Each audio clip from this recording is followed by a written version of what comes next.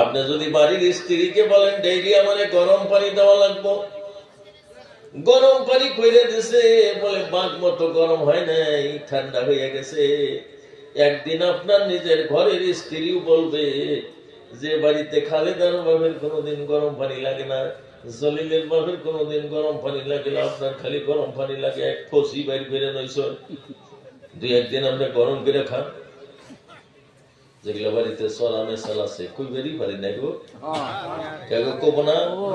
বাজারে থেকে যাইতে একটু দেরি হইলে খিল খোলে ঠাস করে, ঘরের খিল খুলতে শব্দ হয় তাই না গো। যেগুলা বাড়ির মেশাল একটু করা, বাজারে থেকে খালি অল্প রাত করে গেছেন, দেখবেন যে খিল খোলার ডঙ্গি বেলে হয় না গো। সবাই থেকে বেশি রাত্রে গেছেন, যায় যদি ভাত চান, সরা মা বোন থাকলে তারা কব যে বাদ বাইরা থুইছে, যে ফিরার তলে খাইন গে, বাইরা ফিরা দিয়ে থুইছে, ফিরা দিয়ে বাড়া দিয়ে থুইছে, খাইন গে বলে পানি কো বইরা খাওয়া। আমার বন্ধু, মহান আল্লাহ জাল্লা জালালুহু এই প্রচন্ড ঠান্ডার ভিতরে টিবল আপনি যাতেন, যত যাবেন তত গরম পানি আল্লাহ সাপ্লাই দিতেছে। মোটর স্টার্ট করে যত লম্বা টাইম ধরে রাখবেন, নিচে থেকে আল্লাহর কুদরতে গরম পানি বাহির হইতাছে। আমার আল্লাহ স্বয়ং আশরাফুল মাখলুকাতের কারণে ঠান্ডার দিনে গরম পানির ব্যবস্থা করেছেন। জোরে বলেন সুবহানাল্লাহ।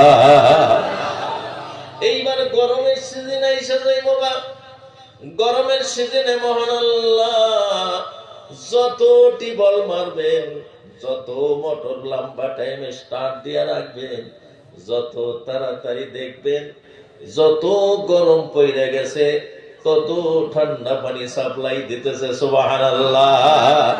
আমার আল্লাহ একদিন অবিরত হন নাই। রাত্রের 10টায় টিবল যাচ্ছেন গরম পানি জারের দিনে, রাত্রের 1টা 2টায় যাচ্ছেন, নিচে থেকে গরম পানি বাহির হইতেছে। গরমের দিনে রাত্রে দিনে যে কোনো সময় আপনি একটি বলেন যাতা মারেন, ঠান্ডা পানি আল্লাহ সাপ্লাই দিয়া দিবেন। সুবহানাল্লাহ। সমস্ত নিয়ামতের কথা বলা সম্ভব নয়, সমস্ত নিয়ামত দিয়ে আল্লাহ তাআলা বলতেছেন কাইফা তাকফুরুনা বিল্লাহি, কেমনে কইরা তোমরা মাবুদের নাশকরি করো। কাউরে যদি কেউ কয় কেমন আছেন, বলে আছি কোন রকম, আছি কোন রকম। একটা তো আছে নিজেই আছে, আর একটা যেহানি আছে তাও কোন রকম আছে। কেমন আছে বলে আলহামদুলিল্লাহ খুব ভালো আছি। বলে হুজুর এই খুব ভালো আছি এই কথাটা তো আমি কওয়া পারি না। কে? বলে গ্যাস্ট্রিক আছে। গ্যাস্ট্রিক আছে দেখে খুব ভালো কওয়া পারে না। আর একজন বলে খুব ভালো তো কইবার ভাই না ভাই, ডায়াবেটিস দিয়ে সরাসরি ডায়াবেটিস আমার, খুব ভালো কেমনে কইরা কম। এইভাবে শুকর আদায় হবো না ভাই। যদি আপনি শুকরিয়া আদায় করতে চান, আপনি ডাক্তারখানায় যান, ডাক্তারখানায় যায় দেখুন মানুষ কে কোন হালাতে আছে, ওই হালাত যখন আপনি দেখবেন তখন আপনার শুকরিয়া আদায় হবে। আপনি ধনী মানুষের দিকে যদি মনোযোগ দেন তাইলে আপনি লাশুকুর হইবেন। বলে হে গাড়ি চালায়, আমার তো গাড়ি নাই, আল্লাহ আমার কিছুই দিল না, তাহলে লাশুকুরি হবে। যার জন্য মহান আল্লাহ তাআলার শুকর গুজার করতে হবে। মহান আল্লাহ বলছেন যে তোমরা আমার লাশুকুরি কেমনে কইরা করো,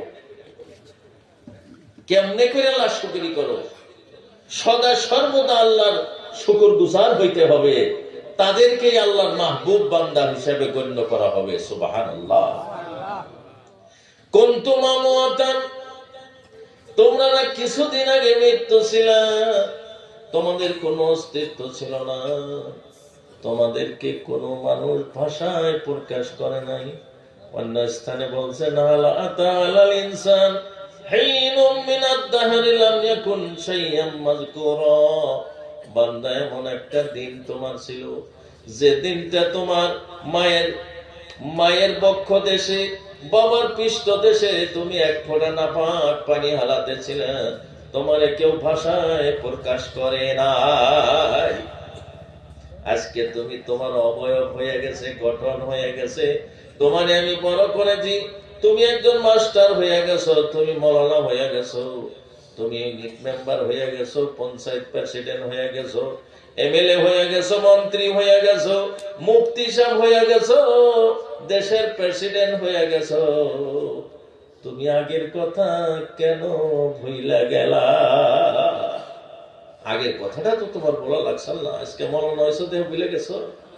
কোন তোমার মতান, তুমি মৃত্যু ছিলে পাহিয়াকুম, এই নাইট থেকে তোমার আবার হয় বানাইয়া দিছি। তুমি এই জীবনে বড় হয়ে গেলা, তুমি প্রতিষ্ঠা হয়ে গেলা, তুমি ধনাঢ্য হয়ে গেলা, তুমি পাওয়ারফুল হয়ে গেলা, তুমি দুনিয়ায় চলতেছ, তুমি ভাইবা গেছ বলে এমনি আমার জিন্দেগিটা চলবে না, না তা চলবে না। সোম্মায়ুমিতুকুম, তোমার আবার মৃত্যুবরণ করতে হবে। যত সুখেই থাকো, যত দুঃখেই থাকো, যত সম্মানে থাকো, যত সুস্থ থাকো, যত অসুস্থ থাকো, তোমার মরতেই হবে। মইরা গেলা যে মইরা যায় কইবা যে মইরা গেলাম মানে পয়সা গেলাম, তা বাঁচবা না। সুম্মা ইলাইহি তুরজাউন, আবার তোমার মহান আল্লাহর দিকে প্রত্যাবর্তন করতে হবে, আল্লাহর দরবারে হাজির করা হবে।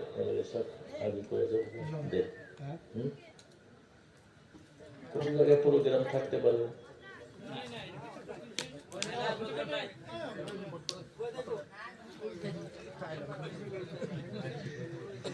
আল্লাহুম্মা সাল্লি আলা সাইয়্যিদিনা মাওলানা মুহাম্মদ ওয়া আলা আলি সাইয়্যিদিনা।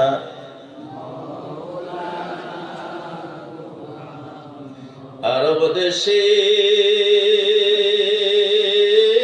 পাগল বেশে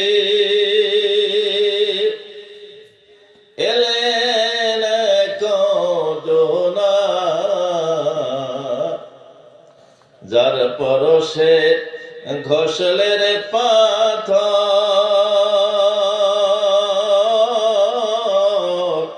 ওই পাথর হয় সোনা। আল্লাহুম্মা সাল্লি আলা সাইয়্যিদিনা মাওলানা ওয়া আলা আলি সাইয়্যিদিনা। ভাই, দোস্ত, বুজুর্গ, মুরব্বিয়ান, শিক্ষিত বন্ধুগণ, নওজোয়ান বন্ধুরা, এই জগৎ থেকে আমার মৃত্যুবরণ করতে হবে। সুম্মা ইলাইহি তুরজাউন, মহান আল্লাহ ঘোষণা করেছেন, তুমি মইরাই তো বাঁচবা না, তোমারে আবার আমার দরবারে তোমারে হাজির করা হবে হিসাব নিকাশের জন্য। সুবহানাল্লাহ। সারাটা জীবনের কর্মফল তোমার নিজের হাতেই, নিজের আমলনামা পাইবা, নিজের হিসাব তুমি নিজে করতে হবে। এই দুনিয়ায় তুমি চিরকাল থাকতে পারবা না।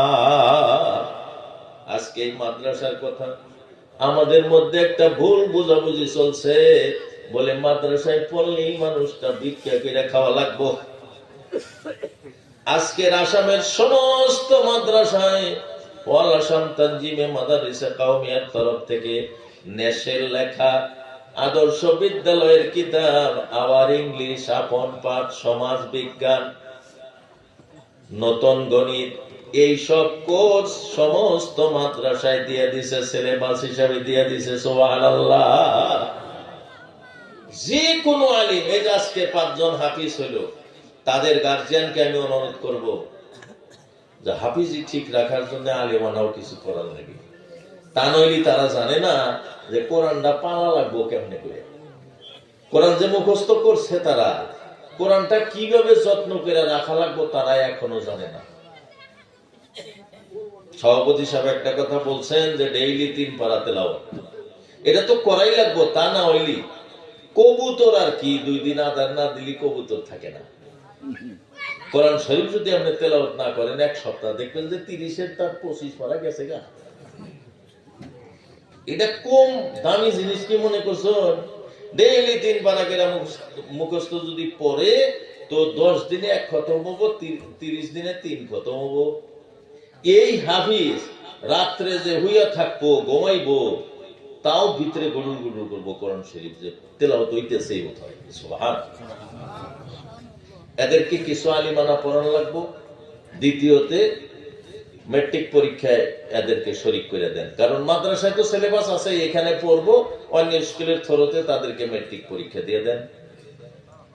কলেজে লেখাপড়া করা তো আজকের দিনে সহজ। আমাদের যুগে রেগুলার ক্লাস করা লাগছে, এখন রেগুলার ক্লাস করা লাগে না। কিছু নিজে স্টাডি করলেই পরীক্ষায় বইলে সুন্দর করে পরীক্ষা দেওয়া যায়। গতিকে ভাই একজন দোস্ত, কোরআন যারা মুখস্থ করছেন তারা যে কোনো সাবজেক্টে আপনি দেন, তারা পারগত হবে, তারা খুব সহজে সেই বিদ্যা অর্জন করতে পারবে। কারণ কঠিন যদি কোনো শিক্ষা আছে সেটা আরবি শিক্ষা আছে। গতিকে ভাই একজন দোস্ত, আমরা এই মাদ্রাসাটা, আমি একটা ছোট্ট হাদিস পড়ছি, খাইরুকুম মান তাআল্লামাল কুরআনা ওয়া আল্লামা। নবীজি বলছেন সারা দুনিয়ার মানুষের মধ্যে ভালো মানুষ হইল 2 গ্রুপ। কয় গ্রুপ ভালো মানুষ গো? আরো জোরে। 2টা গ্রুপ ভালো মানুষ। কেটা কইছে? আল্লাহর নবী বলছেন। আল্লাহর নবী যে কথা বলেন তার মধ্যে কোনো সন্দেহের অবকাশ থাকে না। 2টা গ্রুপ ভালো। খাইরুকুম মান তাআল্লামাল কুরআনা ওয়া আল্লামা। যারা কোরআন শিক্ষা করে, নিজে কোরআন তেলাওয়াত জানে, আর যারা শিক্ষা দেয়। গ্রুপ 2টা হইল না? একজনটা পড়ায় আর একজনটা পড়ে। তাইলে আমরা দয়াল নবী জানে ভালো করছে, তার মধ্যে আমরা পড়ছি না নাই, এটা চিন্তা করা লাগবো না গো? কথা কোন চিন্তা করা লাগবো না যে আমরা ভালোর মধ্যে আসছি না নাই? আমরা তো খুব বাহাদুরি করতেছি, আমি ভালো হয়ে গেছি, আমি আলিম হয়ে গেছি, আমি ভালো হয়ে গেছি, আমি মুফতি হয়ে গেছি, আমি ভালো হয়ে গেছি, আমি মাস্টার হয়ে গেছি, আমি ভালো হয়ে গেছি, আমি ঠিকাদার হয়ে গেছি, আমি ভালো হয়ে গেছি, আমি মিনিস্টার হয়ে গেছি, আমি ভালো হয়ে গেছি। কিন্তু তুমি অল্প খেয়াল করলে না, মুহাম্মদুর রাসূলুল্লাহ সাল্লাল্লাহু আলাইহি সাল্লাম যারে ভালো বলছেন সেই মানুষের মধ্যে আমি আছি না নাই? ভালো করে চেষ্টা করে দেখলাম যে হুজুর বলছেন যারা কোরআন পড়ে তারা শ্রেষ্ঠ, ভালো। আচ্ছা, আমি তো কোরআন পড়া জানি না, তাহলে ভালোর এক গ্রুপ থেকে আমি বাদ গেলাম। তাই গেলাম না গো? তাই গেলাম না? খুব মনোযোগ। তাহলে পড়ানোর কথা কইছে, পড়াই জানি না আমি, আর পড়াবো কেমনে? তাইলে দেখা গেল 2 গ্রুপের মধ্যে আমার নাম নাই, তাই না গো? তাহলে 2 গ্রুপের মধ্যে যদি আমার নাম না থাকে তাহলে আমি বঞ্চিত হয়ে গেলাম, আমি ভালো মানুষ না। বলে হুজুর উপায় কি? আমি তো ভালো মানুষের মধ্যে পড়তাছি না, নবীজি যারা ভালো কইছে তার মধ্যে আমি পড়তাছি না, আমি কোরআন পড়াও জানি না, পড়াইতেও জানি না। বলে না না, মুহাক্কিকিনগণ বলছেন, ও মুসলমানেরা, তোমরা ঘাবড়ানোর কোনো কারণ নাই, ভয় পাওয়ার কোনো কারণ নাই। এমন একটা তরিক আমার পূর্বপুরুষ, আমার আকাবিররা কইরা গেছেন, নবীজি কইরা গেছেন, প্রত্যেকজন সাধারণ মানুষ ওই ভালো মানুষের মধ্যে পড়ার এক ফর্মুলা দিয়ে গেছেন। সুবহানাল্লাহ। জোরে বলি ভাই সুবহানাল্লাহ। ফর্মুলা দিছে বাসার, ভালো মানুষ হওয়ার। 2টা গ্রুপ যে ভালো, কোরআন পড়া এবং পড়ানি, এই দলের মধ্যে প্রবেশ করার জন্য একটা ফর্মুলা দিয়ে দিছে শরীয়তে। কি ফর্মুলা? ফর্মুলাটা শুনবে? খুব ঘুম ধরছে কোথায় না আপনাদের? খারাপ জানি ভাই না? তো ভাই দোস্ত বুজুর্গ, ফর্মুলা হলো কি? এই যে হাফিজিয়া মাদ্রাসা চলছে আপনাদের, 70 জন পোলাপান খাইতেছে, আর হুজুর করে দরমহা দেওয়া হইতেছে। এটা কাদের পয়সা? কাগো পয়সা গো? আমাকে গল ভরার মানুষ দিছে। না আপনারা দিছেন? আপনাদের টাকা পয়সা কেউ হয়তো 50,000 দিচ্ছেন, কেউ 50 পয়সা দিচ্ছেন, পয়সা তো আমাদের। কেউ 1 কেজি চাউল দিচ্ছেন। শিক্ষকরা যে পড়াইতেছে তার আমরা দান করা পয়সা দিয়ে পড়াইতেছে। আমার মাল পড়াইতেছে মানে আমি পরাণীর মধ্যে গণ্য হইয়া গেলাম। সুবহানাল্লাহ। এইবার ছাত্ররা পড়তেছে, তাদের পড়ার জন্য বসার ব্যবস্থা করে দিছি, তাদের পড়ার জন্য কোরআনের ব্যবস্থা করে দিছি, তাদের পড়ানোর জন্য খাওয়ার ব্যবস্থা করে দিছি। সুতরাং এই সাধারণ মানুষগুলা 2টা গ্রুপের মধ্যেই তারা শামিল হইয়া গেছে। সুবহানাল্লাহ। এইবার ওই এলাকার মানুষ সব এলাকার চেয়ে ভালো যে এলাকায় কোরআন শিক্ষা করা, কোরআন পড়া এবং কোরআনের প্রতিষ্ঠান যে এলাকায় আছে ওই এলাকার সমস্ত মানুষ ভালো। সুবহানাল্লাহ। আল্লাহুম্মা সাল্লি আলা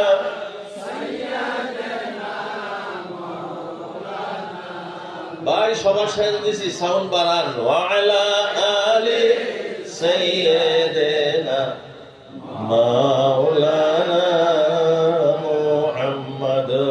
আল্লাহুম্মা সাল্লি আলা সাইয়্যিদিনা মাওলানা মুহাম্মদ।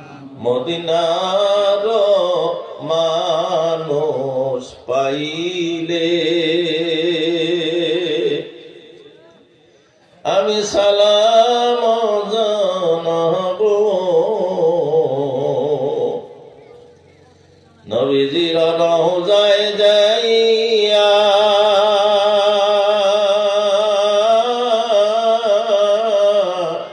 আমার অন্তর জোড়াবো।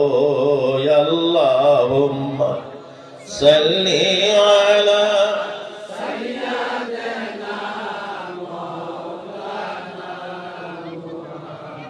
وعلى آل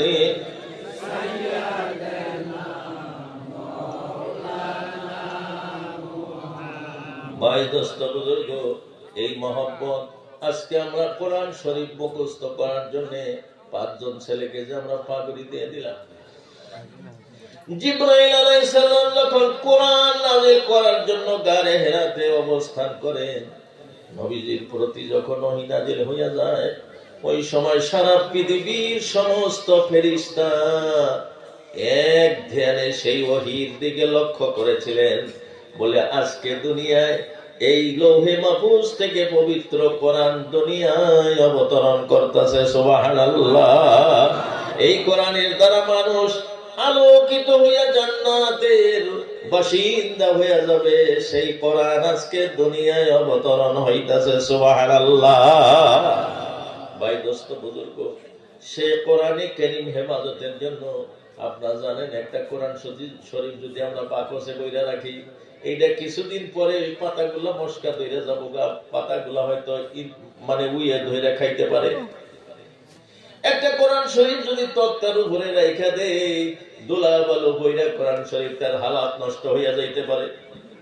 কিন্তু আল্লাহর কোরআনটা আপনারা এমন জায়গায় হেফাজত করার জন্য একটা বাক্স তৈরি করলেন যা আপনারা হাড় ভাঙা পরিশ্রম করে টাকা পয়সা চাউল ডাউল দিয়া এই মাদ্রাসা চালাইতেছেন। প্রত্যেক বছরে যে কয়েকজন করে পোলাপান যে হাফিজি পাস করে যাইতেছে, আপনারা যে বাক্সের ভিতরে কোরআনটা ঢুকাইয়া দিতেছে, এই কোরআন ঝড় তুফানে কি নষ্ট হবে বন্ধু বলেন? ঝড় তুফানে নষ্ট হব, আগুনে পূর্ব। এই হাফিজ সাহেব যদি পাগারে নামা দেন গোসল করার জন্য, কোরআন শরীফটা ভিজবো কি বন্ধু? ভিজবো না। আল্লাহ পাকের কোরআন শরীফ অক্ষয় জায়গায় যারা হেফাজত করার জন্য জান দিয়া, মাল দিয়া, সময় দিয়া মেহনত করে, ওই মানুষগুলাকে আল্লাহ কোন জায়গায় রেখে হেফাজত করবেন না, জান্নাতের পালাখানায় জায়গা দিয়া তাদের হেফাজত করবেন। সুবহানাল্লাহ। আরো জোরে বলি সুবহানাল্লাহ। তাইলে আমরা ভালোর মধ্যেও পয়না গেলাম। কোরআন শরীফটা স্থায়ী জায়গায় হেফাজত করার কারণে আমাদেরকেও চির শান্তির জান্নাতে আল্লাহ দিয়ে দিবেন। সুবহানাল্লাহ। মাওলানা কাসিম নানাতবি রাহমাতুল্লাহ আলাইহির কথা জানেন? আমাদের মতো তিনি মেহনত করেন নাই। অল্প কিছু ছাত্র তার বাড়িতে পাক শাক করে খাওয়াইতেছেন, তার স্ত্রী পাক করে খাওয়ান। আমি খুব শর্ট বলতেছি, আপনাদের যাতে কষ্ট না হয়। আমি বয়ান একদম শেষ করে আনছি বন্ধুরা। সময় বেশি পাইলে বহলাই আলোচনা করা যায়, কিন্তু বিস্তারিত আলোচনা করার মতো টাইম নাই বন্ধুরা। এখনকার দিনে প্রশাসনের তরফ থেকে সারা আসামে 12টার পরে কথা বলা নিষিদ্ধ। ভাই দোস্ত বুজুর্গ, কাসিম নানাতবি একদিন বাহিরে যাইতেছেন। কাসিম নানাতবি রাহমাতুল্লাহ আলাইহির স্ত্রী বলতেছে, আপনি কোথায় যান? আজকে কিন্তু ছেলেদের খাবার কিচ্ছুই নাই। অল্প কিছু ছাত্র তার লোক দেওবন্দের, তার বাড়িতেই থাকে, তার বাড়িতে পাক হয় একই জায়গা। বলে খাদ্যের জন্য কিচ্ছু নাই, কিচ্ছুই তো খাবার জন্য নাই। মাওলানা কাসিম নানাতবি রাহমাতুল্লাহ আলাইহি দেখলেন, হাই আজকে তো আর উপায় নাই, কোন জায়গায় তো ইনকামের রাস্তা নাই। সারা এলাকা ঘুরছেন, ঘুরতে ঘুরতে দেখেন রেল স্টেশনের নিকটে মানুষের তরমুজ খাইছে। তরমুজ খাইয়া শসা গুলা বাকলা গুলা ফালাইয়া দিছে। তরমুজের লাল টুক্কা খায় আর সাদা টুক্কা ফালাইয়া দেয়, তাই দেয় না গো? আপনাদের মতো হেমনে করেই খায়। ভালোটার কেডা বোঝে না, বাড়িও বোঝে, আসামিসও বোঝে, সবাই বোঝে। তো এই সাদা গানি থুয়ে দিছে শসাটা। মাওলানা কাসিম নানাতবি রাহমাতুল্লাহ আলাইহি দু চোখের পানি ফালাইতেছে আর মনে মনে ভাবতেছে, আজকে তো আমি কোন পণ্য দ্রব্য পাইলাম না। কিয়ামতে যদি আমারে প্রশ্ন করে, কাসিম তুমি আমার নবীর মেহমানদেরকে না খাওয়াইয়া রাখলা, আমি তো জবাব দিতে পারবো না। যার জন্য ওই তরমুজের বাকলা গুলা তার ঘাড়ের রুমালের মধ্যে বাইন্ধাই না। তার স্ত্রীরে বলছে, ভালো করে দৌত করো, সুন্দর করে পাকাও।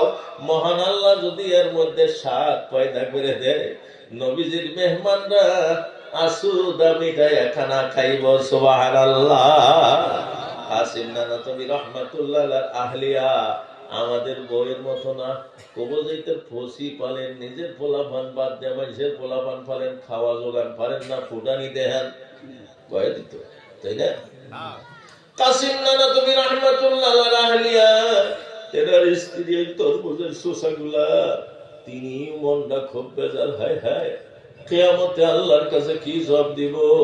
নবীজির মেহমানদের জন্য তরমুজের ফালা দেওয়া শসাগুলো আজকে ফেলাইতে হয়। ভালো করে ধৌত করে সুন্দর করে রান্না করেছেন, ছাত্রদেরকে বসাইয়া খাওয়াইতেছেন। বাবাজিরা তোমরা খানা খাও, মহান আল্লাহর তরফ থেকে আজকে আসছে ভালো খানা আমরা পাই নাই। সব কিতাবে লেখছে তার বেরিমরা খাইতেছে খাইতে খাইতে কাসিম নানাতবি রাহমাতুল্লাহ আলাইহির স্ত্রী বলছেন, বাবাজিরা তোমাদের বোধহয় খুব কষ্ট হয়েছে, কি বা পাক করে তোমাদেরকে খাওয়াইলাম। ছাত্ররা বলতেছে, হুজুর গো হুজুর, ও আমার আম্মা জান, আপনার এইখানে যতদিন আপনার পাক খাইতাছি, আজকের খাদ্য যত ভালো হয়েছে গো, এত স্বাদের খাদ্য আর বিগত দিনে খাই নাই। সুবহানাল্লাহ। আল্লাহ তার মধ্যে স্বাদ ডালছে কিসের জন্য? মাওলানা কাসিম নানাতবি রাহমাতুল্লাহ আলাইহির খুলুসিয়তের জন্য। বলে এটা তালবিল ইলম না, আল্লাহ নবীর মেহমান। তার আহলিয়া তার স্ত্রী ভাবছেন এটা তো মানুষ না, এরা আল্লাহ নবীর মেহমান। দুইজনের মহব্বত, আল্লাহ পাকের নৈকট্য লাভ করার যে মনোনিবেশ, খুলুসিয়ত, তার জন্য আল্লাহ ওই তরমুজের বাকলার ভিতরে জান্নাতি ফল মূলের স্বাদ দিয়ে দিয়েছে। সুবহানাল্লাহ। বহুদিন পর একদিন আবার বলতেছেন, বলে চলে যান, বাহিরে যাইতেছেন, আজকে পণ্য দ্রব্য ফুরিয়ে গেছে, আপনি দয়া করে মেহমানদের জন্য খাদ্য আনা লাগবো। নবীজির মেহমানরা আজকে না খাইয়া থাকবে। কাসিম নানাতবি বলেন, বিবি একটা গামছা আমারে দিয়ে দাও। তদানীন্তন কালের বড়ই অলি, তিনি বলতেছে একটা গামছা দিয়ে দাও। গামছাটা নিয়ে রেল স্টেশনে গেছেন, যায়া তিনি কুলিগিরি করবেন, কুলির কাজ কইরা কিছু মজুরি পাবেন, তা দিয়াটা কিছু পণ্য দ্রব্য কিনা আনবেন। গেছেন, যা দেখে বিরাট এক গাঠুরি। আমার বন্ধুরা, মৌলানা কাসিম নানতবির জীবনী যদি কারো কাছে আছে পড়া দেখবেন। অত বড় আল্লাহর ওয়ালি রেল স্টেশনে যাইয়া ওই গাঠুরি উবাবে তার ভাড়া নিয়ে ছাত্রদেরকে খাওয়াবেন। গেছেন, যা দেখেন 4 জন কুলি একটা গাঠুরি উঠাইতে পারতেছে না, এত ভারী ভারী বেডি। কি হয়েছে?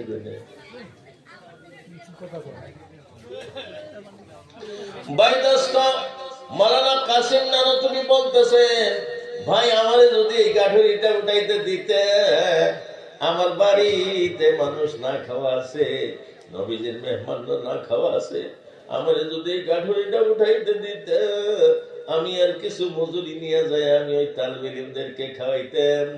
কুলিটা তো আর তারে চেনে না। ওই সবাই বলছে তুমি এই গাঠুরি তুলতে পারবা না, তুলতে পারবা না। আমরা সব সময় বোঝা ভাই, আমরাই তুলতে পারি না, তুমি তো আলিম মানুষ, তোমার তো এগুলা কাম না, তোলা পারবা না। বলে না গো না, তোমরা ছেড়ে দাও, আমার বড় আশা হইয়া গেছি, এই গাঠুরি যদি আমি নিয়ে গন্তব্যস্থানে পৌঁছায় দিয়া মজুরি দিয়ে যাইতে পারি, আমার বাড়ির নবীর মেহমানদেরকে আমি খানা দিতে পারবো। সুবহানাল্লাহ। কাসিম নানতবির মতো একজন ওলি, তিনি কুলির কাজ করার জন্য কিতাবে লেখছে, বেডিংটা যখন হাত দিয়ে ধরছে, আরশ থেকে মহান আল্লাহ খুশি হয়ে গেছে। বলে নবীর মেহমানের জন্য কাসিম নানতবি এত বড় কোরবানি দিতে পারলো, কুলির কাজ করার জন্য আসছে। আল্লাহ ফেরেশতা পাঠাইয়া দিছে, যাও আমার কাসিম নানতবি কই বেডিংটা উঠাইয়া দাও। সুবহানাল্লাহ। বর্ণনা করতেছেন, বলে যখন গোঠেরি উঠাইয়া দিছে, মাওলানা কাসিম নানতবি এই গাঠটি নিয়ে যাইতেছে, কুলিরা শরীর হইয়া গেলেন, এই মানুষটাই এত বড় গাঠুরি, আমরা বংশগত কুলি আমরা তোলা করতে পারলাম না 3-4 জনে, আর মাওলানা কাসিম নানতবি একাই নিয়ে যায় কেমনে? ভালো করে তাকাইয়া দেখে কাসিম নানতবি টুপি বা পাগড়ির উপরে সোয়া লাগছে, লাগে নাই, এমনি কইরা কাসিম নানতবির সাথে সাথে ওই গাঠটি একলাই যাইতাছে। সুবহানাল্লাহ। আল্লাহ যারে ভালো বাসে, ওই কি ভাবনা তারো, জঙ্গল মঙ্গল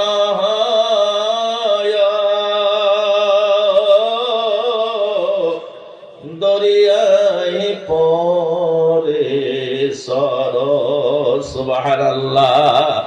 আল্লাহর ফেরেশতারা ওই বেডিং নিতে সহায় করে দিলেন।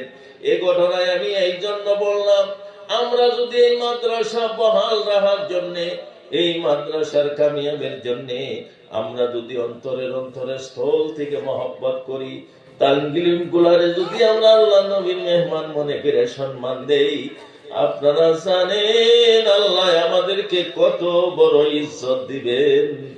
মদিনা মুনাওয়ারায় মসজিদে নববীতে আসহাবে সুফফার জন্য যারা খাদ্য বস্ত্র সমস্ত জোগান ধরতেন, নবীজির হাতে নিয়ে দিতেন, তেমনি আপনারা 1 কেজি আলু, 2 কেজি মাছ, 5 কেজি মাংস, 1 ব্যাগ চাউল না যখন মুহতামিমের হাতে দিবেন, বন্ধুরা বলা গেল ওই যে আপনি যে দিলেন ওই হাতটা তো আপনার হাত না, সাহাবীরা যেরকম মসজিদে নববীতে দিয়ে আসছেন, আপনার হাতটা সাহাবীদের হাতের মতো ইজ্জত বলা হইয়া যাবে। সুবহানাল্লাহ। যে হাতে দিতেছেন আমার বন্ধুরা, নবীজির হাতে দিয়া তারা যেরকম স্বাদ পাইছে, নবীর মেহমানদের জন্য নিয়ত করে আপনি দিয়ে দিলেন, আপনি যেন নবীজির হাতে দিয়ে দিলেন। সুবহানাল্লাহ। যার জন্য ইমান পজিশন যদি আপনি গ্রহণ করতে চান, আপনারা প্রাণ চেষ্টা করে মাদ্রাসার কাজ করছেন। বন্ধুরা আজকে বিশেষ করে 5 জন ছাত্রর মাথায় আমরা পাগড়ি দিছি, এই সনদ আজকে থেকে আসে নাই, এই সনদ নবী পাক সাল্লাল্লাহু আলাইহি সাল্লামের তরফ জীবন থেকে আসছে। আজকে আমরা সেই পাগড়ি দিয়া তাদেরকে ভূষিত করেছি। এই মাদ্রাসা আগন্তুক দিনে ভালো করে চলার জন্য আপনারা শুনছেন, আপনাদের মাননীয় এমএলএ সাহেব আসছেন, তেনাকেও আমি অনুরোধ করব, নিশ্চয় তিনি এই মাদ্রাসাটা ভালোবাসেন, কারণ এত রাত্রি করে তিনি এখানে উপস্থিত হয়েছেন।